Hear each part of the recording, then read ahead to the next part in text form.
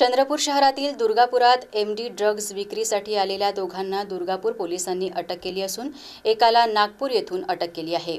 पोलिसांनी आरोपीकडून 27,000चा MD drugs जप्त केला आहे। गणेश देवगडे, शेख नदीम रहीम शेख अशी आरोपींची नावे आहेत। दुर्गापूर पोलीस स्टेशनच्या हद्दीत 2 संशयित युवक ड्रग्जची विक्री करणार असल्याची माहिती दुर्गापूर पोलिसांना मिळाली। या माहितीच्या आधारे पोलिसांनी वृंदावन नगर येथे सापळा रचून दोघांना एमडी ड्रग्जसह ताब्यात घेतले। दोघांची झडती घेतली असता त्यांच्याजवळ 27,000चा एमडी ड्रग्ज आढळून आला। आरोपींनी ड्रग्ज हे नागपुरातून आणल्याची कबुली दिल्यानंतर दुर्गापूर पोलिसांनी एकाला नागपुरातून ताब्यात घेतले। दुर्गापूर पोलिसांनी तिघांविरुद्ध गुन्हा दाखल केला आहे।